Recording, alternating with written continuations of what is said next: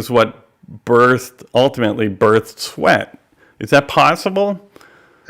Oh, absolutely. There's so many different connections with Sweat and the days back in Chicago and Glenview. Just to show you how it's not that miraculous and mysterious how I got involved in men's work. I was trying to grow the church out there. That's why we started in a cafe, and we were appealing to a lot of young people. It was right next to Northwestern University, and I we had for some reason we had a bunch of psychiatrists and psychologists joining us, which was kind of cool. And I asked one of them, Lyle Keller. I was looking for some kind of angle to get out there with. I said, "What's hot, Lyle? What's hot out there?" And he said, "Men's work." And I'm like, "What's that?" And this was like in the early '90s. And he handed me Robert Bly's book. Um, uh, uh, Robert Bly's book, Iron John. Read that and went, wow. And we made up a 10-week seminar training right there on the spot to give to people in Chicago to attract them to church. Had like 30 or 40 guys coming in down in the Loop. We had a place down there that we were renting, and it all started right there. So, can you characterize a little bit about what that wow was? What was it that really caught your attention? Well, I think it really was. I mean, I think it uncovered so much for so many men about the issues of what they were. Like you said, maybe they didn't even know that those issues were there. Who am I? What's my purpose here? A lot about, he brought together Bly about the importance of tribes, belonging somewhere, of a mission, of just even the fact that why do I feel so bad at certain times in my life? Well, that's part of being in the ashes of life. That's where learning comes from. It blew me away. In fact, I very quickly bought a book and sent it to my dad. Said, "Dad, you got to read this." It was one of the few books I think that he, read that I might have sent him, but he did read it, and it actually helped bond us. So, this is before SWET. It's probably what, 10 years? I don't know if it's 10 years. 8 years before Sweat, 1990, I believe it was when Robert Bly's book came out. So I had started. We had started having men's. You're right, men's weekends with the church. We also had men and women's weekends, and the women would go off for themselves. But we started developing rituals and things there that actually played in later on in Sweat. Some of the ideas, and I did it. My first Sweat lodge was in a boys' club camp out in Wisconsin, and we had no idea what that was about. We built this teepee, and I think we were even drinking in there. I mean, it was terrible, and heating the thing up and all that. Had no idea. And somebody went to another very useful men's movement, New Warrior. And they came back and said, "Grant, actually, there's something really sacred that you're supposed to be doing in this lodge." And that's when I started looking into that and researching it. And years later, it was years later that I was actually trained in all of that different stuff. But it started back in Chicago. So I want to come back to that in a little bit. I want to get into some of the rituals and why those are important. But before I go there, I was just thinking about you and I had talked the other day about this book called The Boy Crisis, which a guy named Warren Farrell authored, really making the point that there is a gigantic problem, a crisis around male culture in the Western world today. And that was something I think you resonated with, that idea, and it obviously ties into SWET. And I'm just wondering if you have any thoughts about that, even going way back in what led you to founding this program. Oh, there's so many different avenues I could go there. Before going back, it's probably a little bit more complicated of a story. I will say that I agree completely with you and what we're talking about men, boys being lost today. It's I think even in the 90s, when the men's movement burst onto the scene, there was the realization that men had been treated pretty much like buffoons. Every TV show had that, the man was always the clueless one. It was either the child or the wife or whoever was, working it all in the background. And that goes on for decades. I think now we are in even more of a crisis with all the gender questions because, as somebody said to me, we were talking about this in a seminar, actually, a men's seminar, and someone said to me, Grant, the thing is, it's not simply that men are told that they're buffoons. Today, they're told they don't even exist. Males don't exist. I mean, so where Or do they they don't begin want from there? to. So I think everybody's searching for meaning right now. And again, focusing on this, I know that men are, they're dying out there. They really don't know who they are. They're not connected to anyone.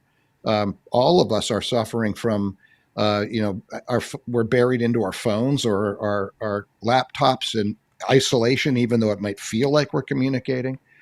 And so it's a real problem. The good thing is, I do think people are waking up to that. I can see the men's movement is actually picking up speed again. Mm. And the other thing that's just very interesting, dealing with spirituality, is that their trends are, as you know, the trends are right now that young people are starting to get interested in spirituality and come, so to speak, come back to church or come back to at least a new way of looking at it, realizing that that's something that they need and that they want. That's exciting. So, can you tell me a little bit about some of the underpinnings of the sweat movement and the weekend and how you address some of this crisis? How are you Well, helping first of people? all, I think that before Sweat, I was really well. Let me talk about this for a second. I often joke around. My first cult that I started was in the General Church, New Jerusalem clergy, and that was guys were out there. They were put out into go grow the church out in L.A. or Minneapolis or whatever, and guys had no clue what they were doing.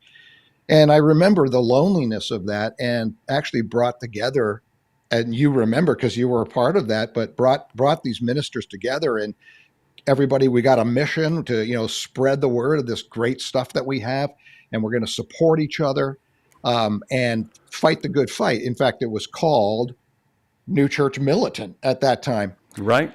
Well, that was great. Learned a lot of how to bring men together, and it was very successful. But there was something inside of me that said, "No, it's bigger. It's way bigger than that. It's way bigger." And Yeah. I wanted to reach out in a much broader way to not just men, men and women, everybody, to help them look at their lives, to help them live with more love and integrity, and started to feel deeply called to that work. That's probably the beginning. Writing the book Art of Spiritual Warfare started that on that. Then looking at all the different religions and movements and the battle within and how they deal with that battle. It just so happened that men's work became very popular at that time. And so, in all sincerity, in the beginning, it was simply this was a great fit. There were men that were interested, wanted to learn more about it. The whole warrior motif, or whatever you want to call it, archetype, was something that men were again interested in. I mean, being a warrior, someone standing up for something, it Hmm. not about violence in that case. And So, so it was wait, natural to go into that. yeah, I wanted just to interrupt you because there's this Yeah. caricature of what men's group stuff is. I remember a Hmm. Saturday Night Live skit on it, that kind of thing, which is not what we're talking about. And we're also not talking about, I think, what would be branded as toxic masculinity, that kind of thing. So, could you talk a little bit about what is the healthy masculinity that you're angling for a little bit? Well, again, tying it into what I was just saying, I think we have our mission in Sweat is very. I love it because it's very simple, but anybody that went through Sweat could tell you this is the mission, and that is to create a world of love and integrity, one man at a time, from the inside out. And I think there's so many different elements of that that work very well for men. It a lot of these men's movements or whatever have a mission, but often the mission is go help other men. So it's almost circular. And Hmm. for SWET, it really is no, let's come together, let's support each other, let's wake people up, and let's go out there together and do something for the world. And so you have that, creating that a world of love and integrity, which again, people that come out of the new church might be interested in. When I was thinking about this was, there's love and there's wisdom. Swedenborg talks about very often, or goodness and truth. And I think a lot of people in the world today understand love, but I didn't want to create a bunch of guys that, really basically resembled warm jello, like, oh, I love you. Wisdom gives love a structure, I mean, to walk the talk. But so in the beginning, I was going to create a world of love and wisdom. It just didn't sound right. And then I realized, well, integrity really is the work of wisdom. It's the structure. So, Mm. creating that world of love and integrity, Hmm. not just simply bringing, goodness into the world, but actually having steps to take, ways of seeing that it's working. Morality, even that. So Hmm. that's very different than your typical men. You might think a typical men's movement right there. I think one thing men are desiring and needing that they is a mission. Their value. I stand for something. Number two, they want a community, and if you can have both of those people working together for something outside of themselves and supporting each other, you almost have it right there. But number three that we do is one man at a time from the inside out. And that is, let's look inside, let's focus inside. I often say, I actually always say, when the SWET weekend begins, I talk about, when we started this, I wanted to change the world. I really did, but I realized I'm not a Gandhi. I'm never going to be some, great, leader of the world. So how can I do it? And I realized, well, I can take care of me. And if I can take Hmm. care of me and just put a little less negativity and a little more positivity into the world, that's going to have a ripple effect going out, as Swedenborg says, for eternity, And and then realized, wow, I mean, if we can get together and we can do that and help each other to do that, every man take a little bit, leave something on that mountain we talk about on our weekends, leave something on the mountain, come back with a little bit more love in your heart and direction. That's going to ripple into your families, into your friends, into your neighborhoods. And after almost 30 years, we've seen that happen. We really have in these different areas of Philadelphia and other places. We have something out in Western Pennsylvania, Erie, right now going on that's exciting. We're changing the world, one man at a time. So I think in that regard, if you think about that, that's the positive nature of this thing. We address where they're at. Where's the pain? Let us help you with that pain. Let us help you with the struggles that you have inside of yourself for you, but even more important, so that we can work together to make this world a better place. And that works. I Hmm. mean, it benefits everybody. Well, I find it inspiring. I'm really just listening to you right now. It's awesome. So I think you're a guy who preaches what he practices, or at least tries to. And I'm wondering about how some of this sweat work has really showed up for you to help you in times of darkness, or some times of real need. And I mean, how has it helped you? Well, I wouldn't be here if it wasn't for sweat. And I know that you know that. I mean, it's hard to get into anything, but I've lost two sons, and that was after the sweat program began. And again, Dave, as a friend, I know you were one of the first people over at my house to help us. Hmm. Um, if you can even imagine, and I don't want you to, or the listeners and viewers to have to imagine that, but that's unfathomable. I mean, and I wouldn't have survived if it wasn't for the friendships of sweat. And there are so many stories, but I remember, again, the community had this men's group that we've been almost 30 years together, maybe even it's been 30 by now. But back Hmm. in the beginning, partly it was a sweat group. I gathered them all together soon after one of the tragedies and said, I just need to talk about it. But at the same time, I know all of you because they've been with me and supporting me. I know you have a story here as well about it. So everybody got to share what was going on for them when these tragedies happened. And what I realized, it became a community mourning. We were mourning together. We were going through this together. I mean, remember one guy being so mad because he had tried so hard with one of my sons and it didn't work out for him, and he took his life. Mm-hmm. And so that was huge. But on the other hand, too, um, I remember very well my good friend Zen Haranchuk, who's helped get this thing started.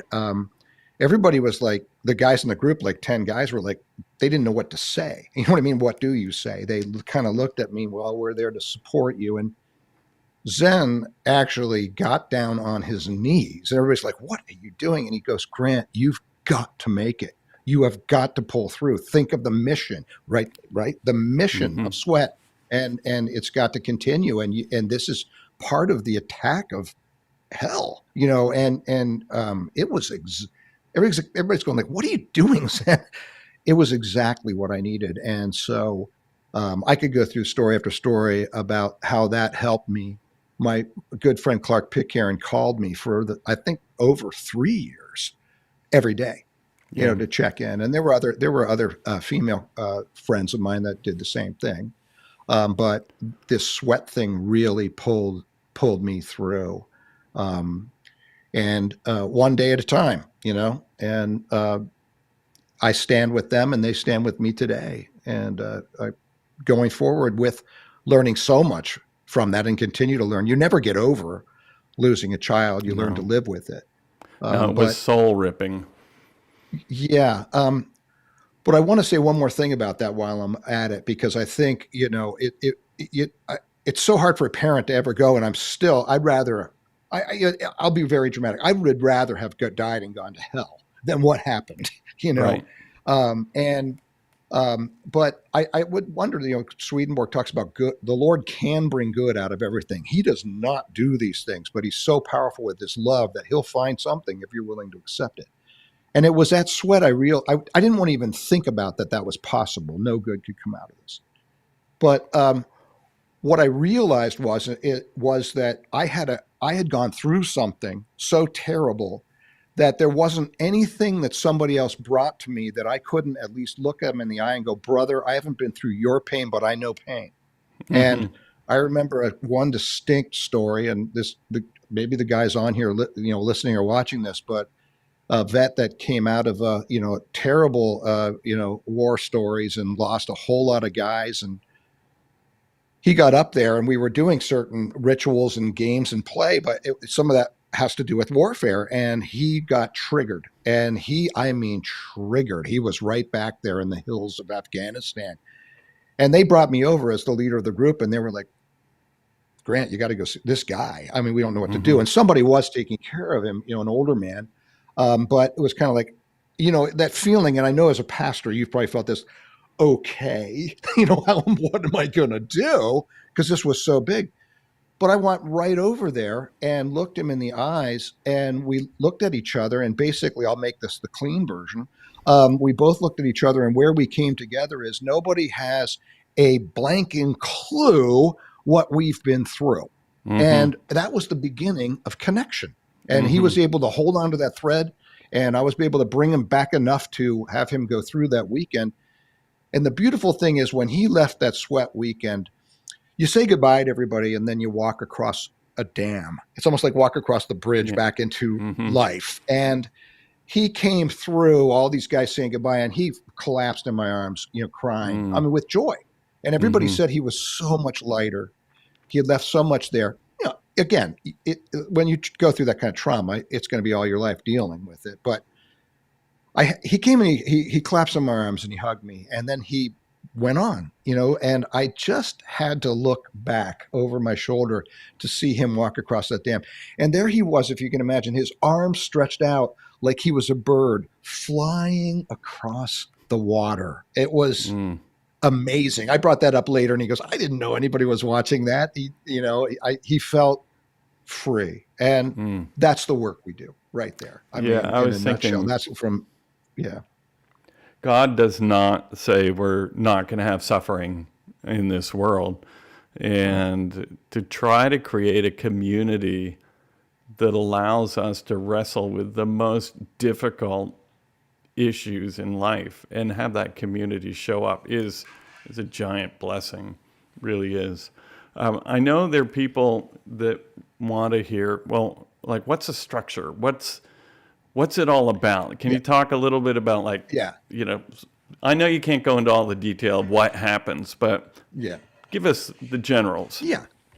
Well, I can't. Yeah, I can do that. Well, first of all, just to say, like we don't talk about the processes and the adventure, and it's really interesting having been around 28 years doing this. Guys don't talk about it. What happens there. And the reason is that it's an adventure. And what would it be like if you knew exactly? Oh, now they're going to do this, or no, oh, now we're going to go. It's like somebody telling you all about a movie. Imagine like if you've seen The Sixth Sense, knowing, oh, and look, this is what happens at the end of the movie, and oh, great, thank you. So it's the and part of what men. It's interesting. Men might tell you, oh, I don't want to be challenged or I don't want to be put through anything, but they do. I mean, put me through the gauntlet, wake me up, shake me up a little bit. So that happens on the weekend.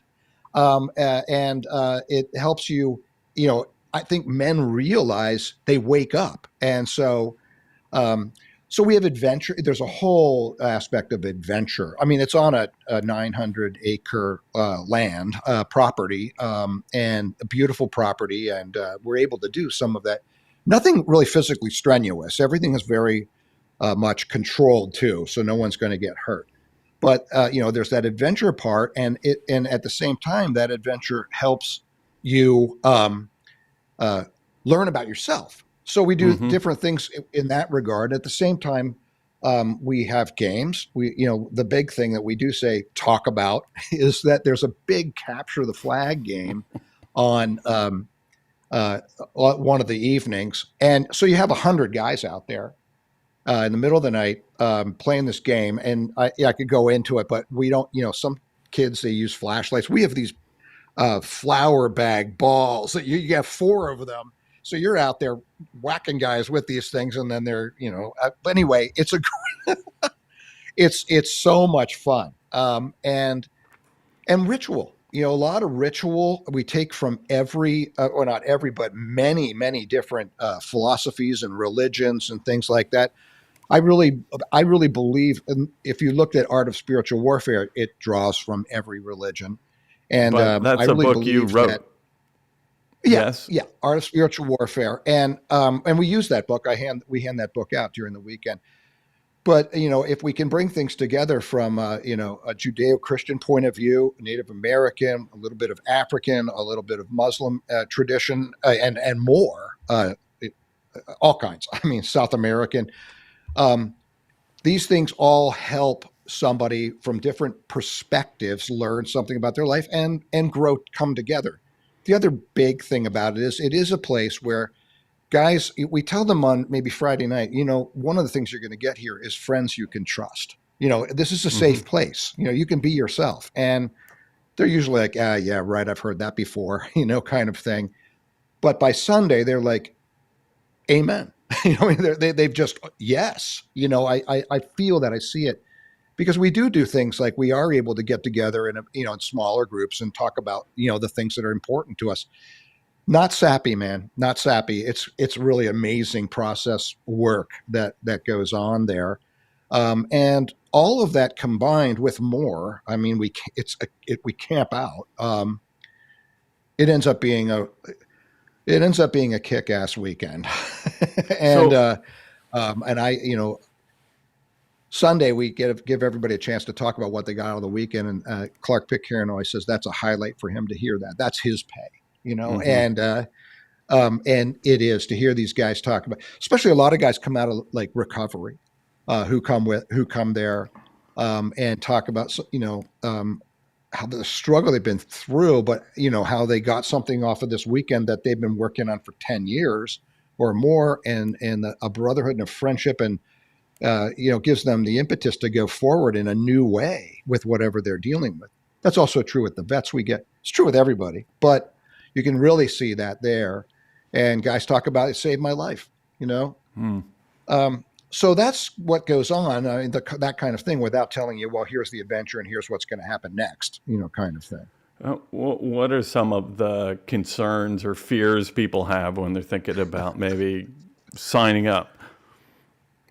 Well, in the old days, it was, you're not going to make me run around in the woods naked banging a drum. And I would always kind of make a joke. Well, you're never going to be in the woods naked banging a drum all at the same time, kind of thing. And no, you're not. But we do things.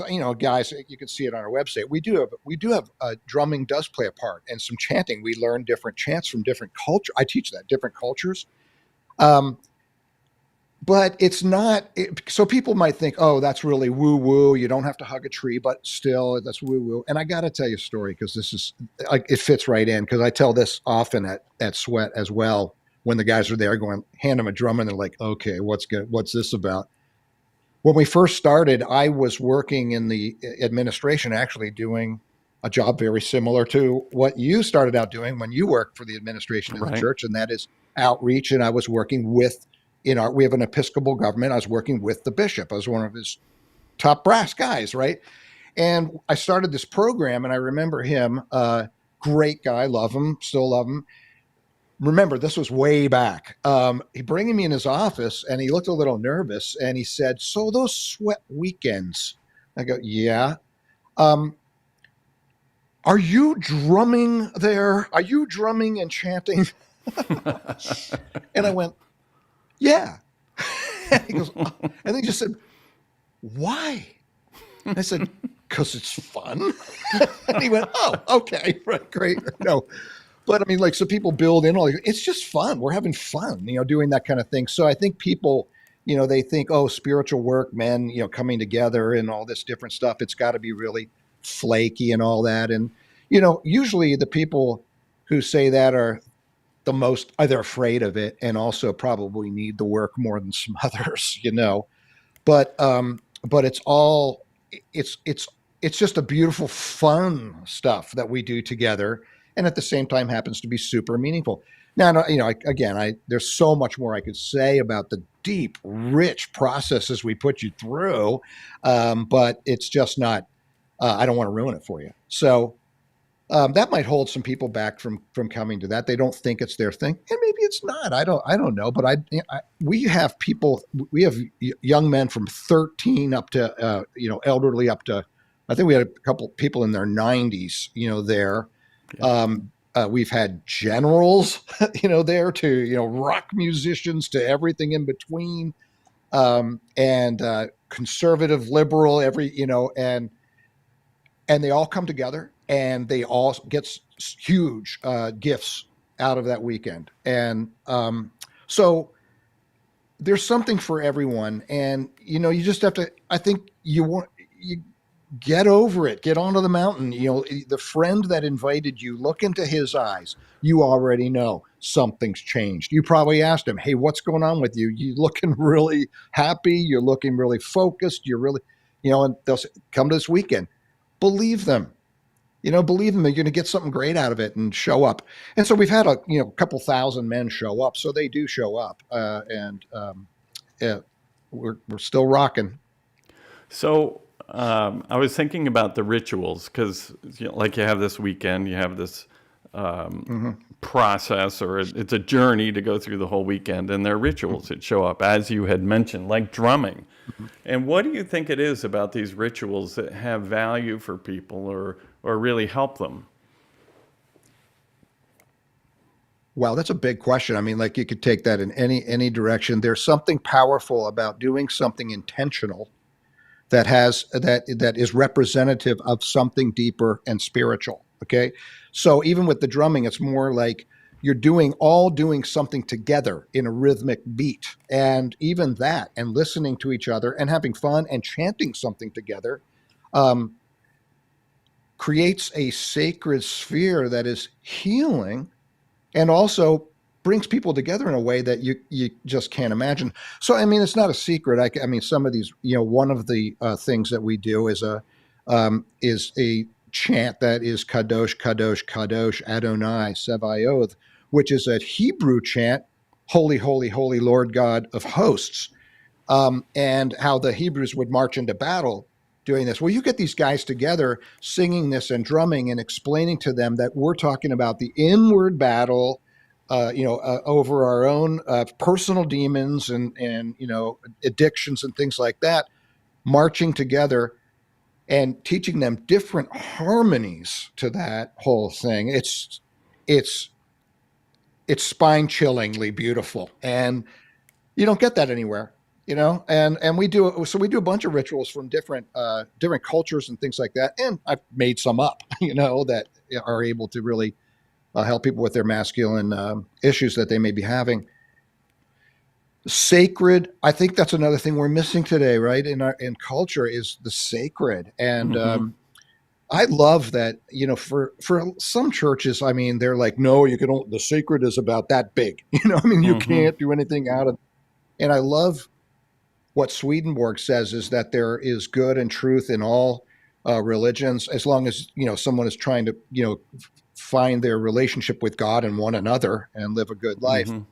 And I love that I can look out over the entire horizon of different philosophies and religions and see the good and take advantage of it. I mean, in a very respectful way. I mean, but truth is truth. Nobody owns the truth, and nobody owns a path. And so it's. I think again that's where Sweat is so different and unique in that. Well, we talk about God. God as you understand God, or God, Mm-hmm. very similar to the 12-step program.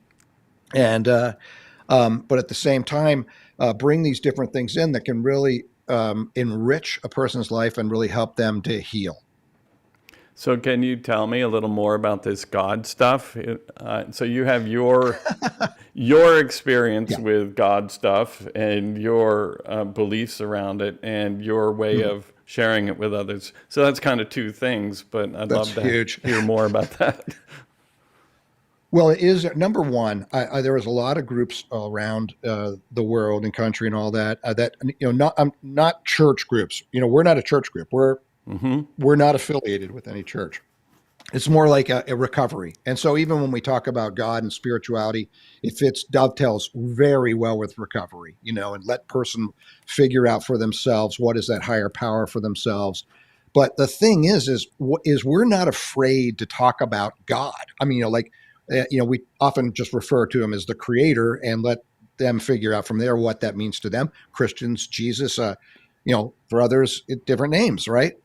But uh, but we really do stand on that principle that number one, I put it forth. I mean, as the founder and leader, God is love. I mean, in essence, pure Mm-hmm. love that can come into Jesus, and can be that person, or Allah, or whoever. I mean, but I really believe that we that's something that we really do maybe assume when we talk about God. We're not talking about judgment or anything. We're just talking about love and getting in connection with love in the universe.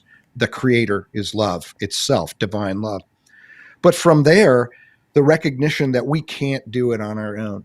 We really can't. I heard a very wise minister preach about that like 2 days ago. Oh, it was you. Uh, we can't do it on our own. I think people in recovery again realize that the powerlessness they have over alcohol or Mm-hmm. drugs or sexual, promiscuity, or there's a million 12-step groups for a million different things. But there is that. It's so important. I mean, that's a turning point, is to realize I've been trying to do this for years and years. I can't do it. And just taking that and flipping it over and giving it over to that higher power, all of a sudden miracles happen. So that again is something very strongly taught there as well.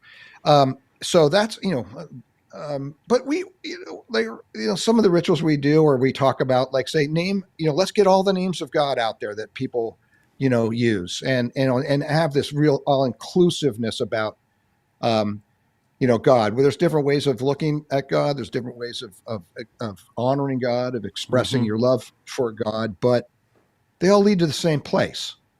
So I'm very proud that we do that, and we're unapologetic about it. And I do think because we do have strong spiritual principles, we do have a way of wanting to keep spirituality in our program, that we are fierce about it. If somebody comes up, well, why do you do this? Or whatever. Hey, listen, brother, Hmm. that's what we do. I mean, well, you should. No, no, no, you should. Right? I mean, and we were just talking about this in a meeting we had with the leaders last night. It's just how lucky we are, or SWET is, that we from the very beginning have said we're going to hold to mostly to that this is a spiritual program, not a religious program in the sense of dogma and all that, or judgment, Hmm. or belonging to a certain church, but a spiritual program to help people connect with God as they understand God, and to live a good life. And I think that's why we're still here. I mean, and we're doing the work. And I think, and that God is very much, you know, leading us in this thing. Now, again, I let people, I mean, hey, look, if that works for you, great. If not, that's great too. I mean, you're here. We're gonna tell you what we believe and how to get there, but we're glad you're here and you're welcome. No matter what that is. For So what do you me, think? God is obviously, as a minister, God has always been very important. A Christian church, Hmm. Jesus Christ, I believe, is my Lord and Savior. And um, but what I like about Swedenborg is I don't have to jam that. He said, don't jam religion down people's throats. Hmm. Respect people's freedom. So I feel like it's funny. I've one of the things I don't like about some aspects of some Christianity is the idea that there's only one way and one church and this and that. And if you don't say the magic words, you're going to go to hell and all that kind of thing. It's like, you know, I love coming from a place where I can believe in Jesus Christ as my God and Savior, and at the same time believe that everybody has goodness in their hearts. And if they're trying to follow God, they may not know his name, but it's the same guy. It's the same God. And I wouldn't, that's a that's foundational for me, and I think that's partly why that comes into, or it comes in dramatically into, my leadership in SWET, and everybody's that's there.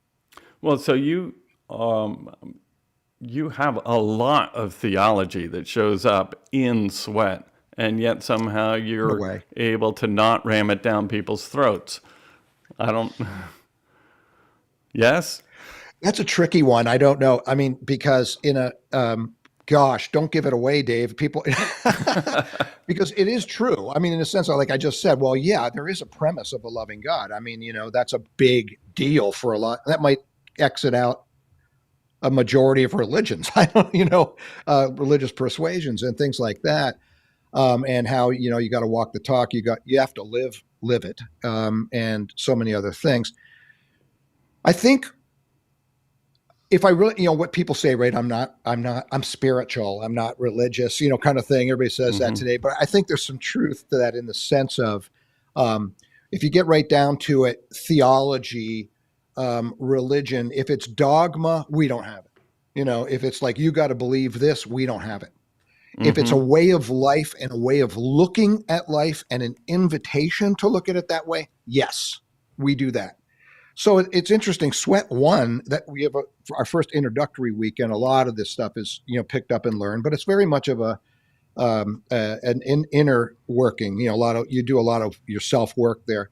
We have a SWET two, which takes you almost the other way, in the sense of, like, let's equip you to go out and be a better person in the world. And it's about intentionality, and awareness. Are you Hmm. aware of your effect in the world, and are you being Mm. intentional about it? The whole weekend is, and again, we have games, we have rituals, we have teaching pieces about that. And then the third weekend that developed just a few years ago is the Sacred Warrior, and that Mm. really gets into the deep, much more, I wouldn't say theology, but the deep philosophy about where we're going, and that gets way into the book Art of Spiritual Warfare, and which borrows from, as you've seen it or read it, which borrows from every single culture. And so, no one can say I'm trying to, push something on people. I'm not at all.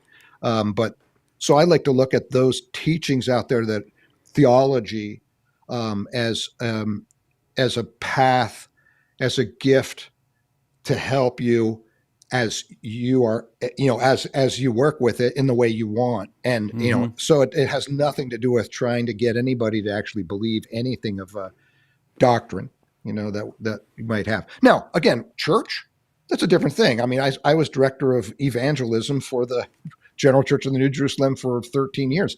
Yeah, I love spreading the teachings of Emanuel Swedenborg and all that, but that's a different ball game, than what we do.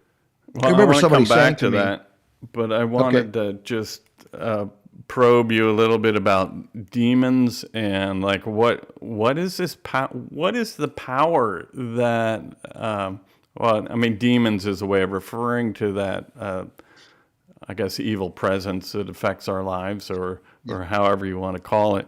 But tell me a little bit about that, and what are your ways of supporting people?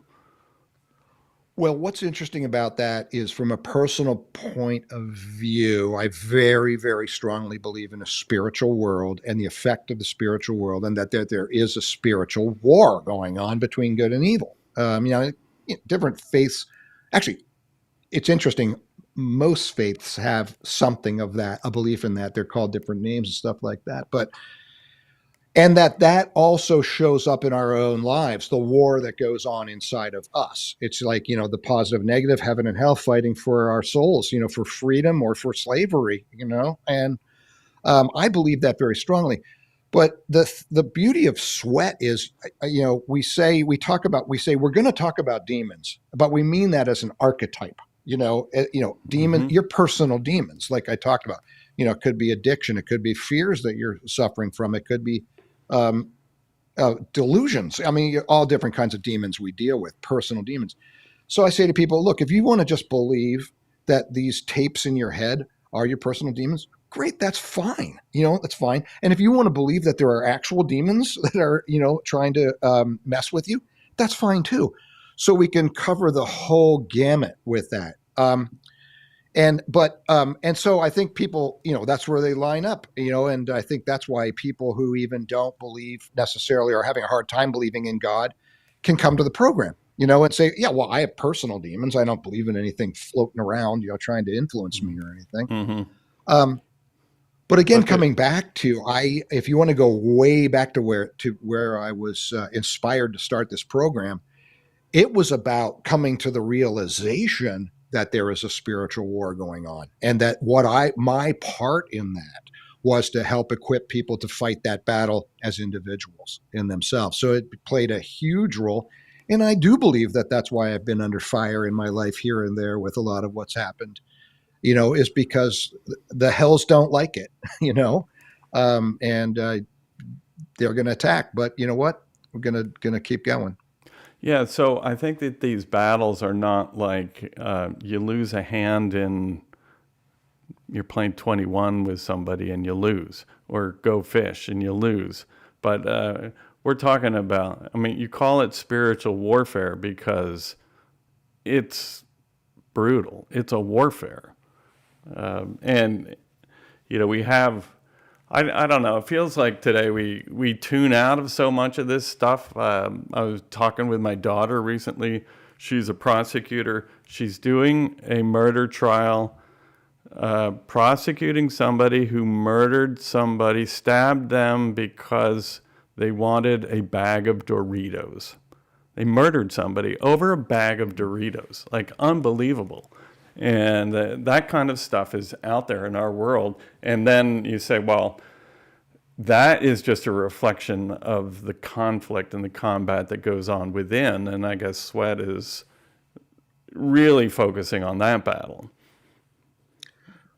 Well, yeah, there's only so much. And again, I know that I know I can help one man at a time Right. fight that battle from the inside out. And so I know I can do that. But in the bigger picture, as we spoke about, if we're all doing that and more people are doing that, that's an army. Hmm. and but it is interesting. We can look at the world in many different ways, but I know a lot of people are talking about it more and more, that it seems as if the battle is heightening around the world. And people are even talking about when somebody goes out and does something like you just said, that's you can almost see the demon in their eyes. You know what I mean? Like it just Hmm. seems like heaven and hell are really picking it up right now. Now, maybe that every culture believes that. I think that might be true as well. Like this is this is it kind of thing. But it's people need this now more than ever. So So SWET 3, it's about the sacred warrior. yeah. I was thinking about, well, how would you define success with SWET? A person goes through SWET, and what is like a successful outcome? What are you shooting for? Obviously, it's not they found wealth and fame. What is it?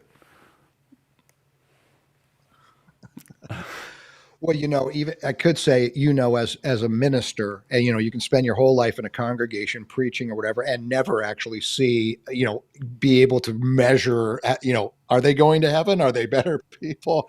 And that's very frustrating. But there's there's lots of ways to see it. I think number one is, in all sincerity, we're keeping a lot of guys alive. Mm-hmm. We have a lot of guys coming through recovery. I mean, hard times. As some of them come out of doing time. You know, um, and their lives have changed so that they become healthy, happy, productive men with integrity in their lives. You can't get any better than that. Some people don't make it, obviously, but we can see that.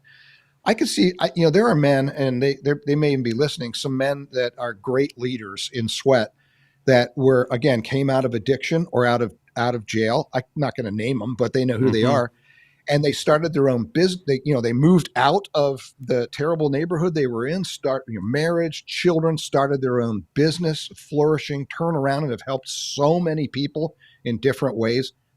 That's a success. Um, Young men who are coming along, who they may be Boy Scouts. I mean, they don't have to have done anything wrong, but they come, if they can come out of SWET feeling like they have a community of older, responsible men who are mentoring them in their lives, and that they have somebody that they can talk to, and that they can have somebody that they can even hang out with, that can maybe dad can't do it, but this guy can. That's Mm-hmm. a success.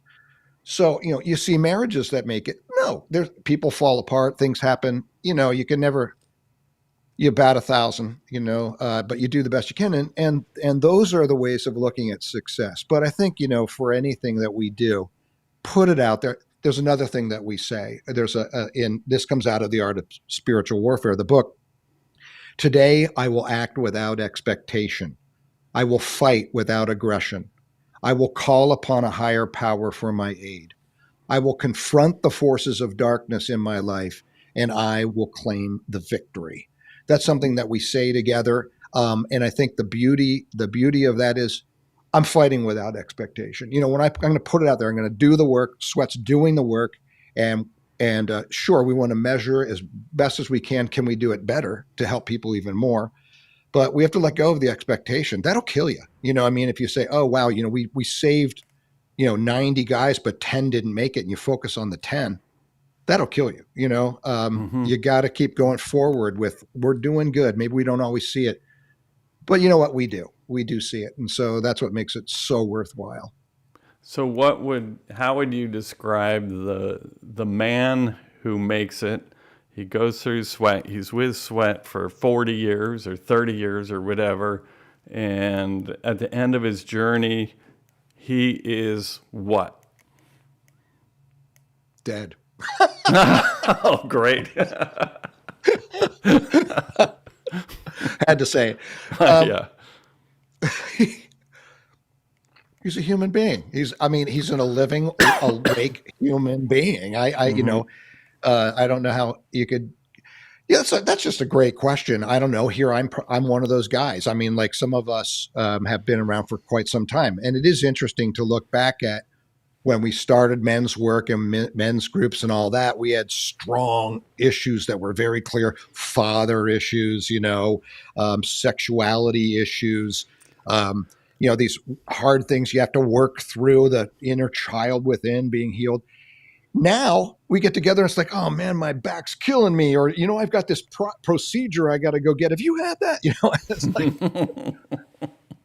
the battles change. I don't know. I'm not going to remember who said it. It's a great, a guy that does a lot of men's work, but he said when I wish I could remember the guy's name. It'll come to me, but he said, when we are young, we fight evil, but when we are old, we fight God. And I thought that is amazing. And what he meant by that was, because when you're young, you're trying to get it right and do it right and all that. When you're old, the whole thing is you got to let go. You got to let go. And again, what your expectations were, you're breaking down of your body or whatever it might be. Do the best you can, but you got to let go. So the processes continue on, even though you might have been there for 30 years. But That's they Jacob just change. wrestling with the angel. Yeah, exactly. There it is. Right. Yes, and I think that is a story, right, about fighting, fighting that and struggling with God and trying to figure it all out. But I think if I were to look in myself or some of my best friends in the work, besides the inner peace that we can share at times, or knowledge, from going on the journey together, those are beautiful things. But in SWET, having that community, I think the greatest joy I feel above all is the joy of working with other men to help these guys, like my brothers, the brotherhood of fighting a battle side by side. They talk about that, right, as being, what keeps guys going forward in battle. Spiritually, that's so true on a spiritual level. I mean, I love my brothers more than you can imagine, that we've fought together for so many years to help pull people in out of the trenches and into a place where they are living a beautiful and loving life. I mean, that's just awesome. I hope we can do that for, get in the other world. The big men's group in the sky. I don't know. Let me just say, though, I do. I mean, because women, you're probably saying, well, what about the women? There is a program called Women Within. Women Within. It's a kind of it through the relation to the Mankind Project. Look that up. But over the years, people have asked, why don't you have a program like that? It's interesting because after 30 years, there were a couple of times or 3 times where I tried to develop a program. And one of them, we worked with men and women leaders to put it together. For the particular one I had, after we got it all done, there wasn't interest. There wasn't enough interest. And now that was in the late 90s. Okay. So not sure. Then put something together again and just didn't work. And I came to the belief that that's not what I'm called to do. But I do think spiritual is for everyone. And I run a lot of things with men and women. It's not just that SWET part, but I do believe, women have they're different battles, but they're still the same battle in the sense of overcoming the self and living a good life and all that. We're all striving to be better people. But I think probably a woman would be way better and way more qualified than me to come up with a program. That person, I had to put that in there. Oh, right. So that person will show up at some point. I had just thought about how, for example, you watch television and look at how many commercials make caricatures of the men. They look like buffoons in the commercial. And what are they communicating to people over and over and over and over again? You see it every single day. So I agree, with Warren Farrell that there really is a huge male crisis, a boy crisis, and so to address that does not mean you don't care about women and what women are doing and how they're developing in a culture. And I think that, I mean, it's been clear during the broadcast that you are talking about helping males become healthy human beings. Well, it's got to be good to be in partnership with a healthy human being, way better than, something else, or somebody who's trying to either respond to that caricature or be that person themselves. So I think it's awesome. I wanted to quick ask, we're getting up on the hour, but well, first, just so the sacred warrior, SWET 3, that person, the sacred warrior, that sounds like that's that old man who is walking side by side with people, maybe more responsive to, or more able to address the struggle within immediately and help people with power in ways that help them, with the same kinds of struggles as they come up. I mean, that's kind of my assumption, and that's one of the ways of talking about what success is, I think, for SWET. Mm-hmm. And we see that with older guys who've been with this program for years. And for full disclosure, Grant and I sit in a men's group together. It's a SWET origin type men's group, which brings to mind that it's not just about 3 weekends, that there's more about SWET. Yes? Tell a little bit about that. Well, I should, number one, I mean, you've got it somewhere, but if you want to look up SWET, it's swet.org, just go swet.org. And yeah, I mean, generally people do come through a weekend and then they get involved there's groups all around that meet regularly to support each other. But there are also some open groups that you don't have to have gone through SWET to join. In fact, a lot of times, guys will come to one of those, and then they'll come to SWET. They get to see these guys and have some good friends, and then they want to come to the weekend, which is great. So I think probably the best way to find out about those, you can email. This sounds so funny because it's SWET info. And the funny part is at AOL.com. It shows how long we've been around, right? SWET info at AOL.com. And just say, hey, I'm looking for information, and we'll pick the appropriate people will pick it up and send it to you. Yeah. I'm going to say what's interesting, just the last part about, we were talking about that sacred warrior. God is amazing in the sense that created this program, right? And they get so much more out of it than I could have ever designed, And I think the thing that's really amazing, and it's not just old guys, I mean, but it's guys that have been through a lot of this training. Sometimes a lot of them have said, I walked out of this weekend and my life changed. I've been working on something for so long and my life changed. I walked away without that anymore, or with something new. And it's like miraculous. I mean, I don't really understand it. I just will say that's really cool. And so it ends up, even though it's not planned, that it's a very, very personal, you and your creator time that does that for you. So the sacredness is actually walking out of there feeling way more connected to your creator. So I don't even know. I'm looking forward to what's SWET 4 going to be. I got some ideas, but we'll see how it works out. Well, that brings us to the top of the hour. I just want to thank you so much for a fascinating and giving conversation. So you gave us an hour, and I am deeply grateful. So swet.org, you can find everything through that if you're interested. Yeah, go ahead. You get the last word. Oh, I was just going to say thank you. I mean, it's so much fun to do it. I love talking about it. Great talking with you as usual. And best wishes with your program. All right. Thank you, Grant. All righty. Take care.